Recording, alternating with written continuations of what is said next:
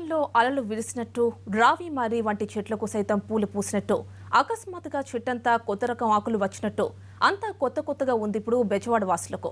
సాయంత్రం సమయంలో ఇలాంటి అనుభూతిని తెగ ఎంజాయ్ చేసేస్తున్నారు. ఆ ఎంజాయ్మెంట్ కోసమే పొద్దుగుట్టే టైంకి స్వరాజ్య మైదానం వైపు పరుగులు పెడుతున్నారు చాలా మంది.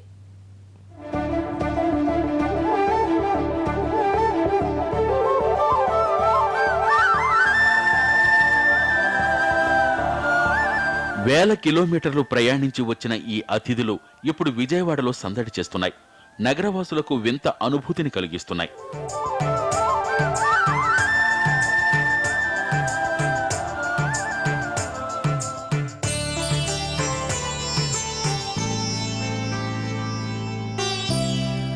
రష్యా, హంగేరీ, మధ్య ఐరోపాతో పాటు కజకిస్తాన్, చైనా సరిహద్దు ప్రాంతాల్లో ఎక్కువగా ఉంటాయి రోజీ పాస్టర్ పక్షులు. అక్కడ చలి పెరిగినప్పుడు ఇవి మన దేశానికి వలస వస్తాయి. ఏప్రిల్ నెలాఖరు వరకు ఇక్కడే ఉండి తిరిగి వెళ్లిపోతాయి. గతంలో అడపాదడపా విజయవాడలో కనిపించే రోజీ పాస్టర్స్ సందడి ఇటీవలి కాలంలో పెరిగింది. ఈ సంవత్సరం అయితే పెద్ద సంఖ్యలో వచ్చాయి. ఏదో కూడబలుక్కున్నట్టు అన్నీ ఒకేసారి ఎగరడం, దిశ మార్చుకోవడం, ఒకేసారి చెట్టు మీద వాలడం వంటి విన్యాసాలు చూసేవారిని కట్టిపడేస్తాయి. China border, Hungary, Russia border దగ్గర నుంచి, చైనా దగ్గర నుంచి పాకిస్తాన్, కజకిస్తాన్ ఆ ప్రాంతాల నుంచి వస్తూ ఉంటాయి.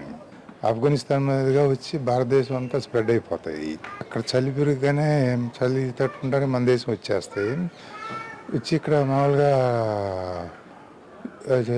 రావికాయలు, ఆ కాయలు, సీమసంతకాయలు, మర్రి కాయలు తింటూ ఉంటాయి. మళ్ళీ ఏప్రిల్ ఎండల మొదలుగానే వెనక్కి వెళ్ళిపోతాయి.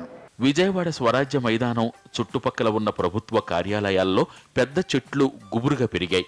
వాటి కొమ్మల మీదే ఈ పక్షులు ఆవాసాలు ఏర్పరచుకున్నాయి.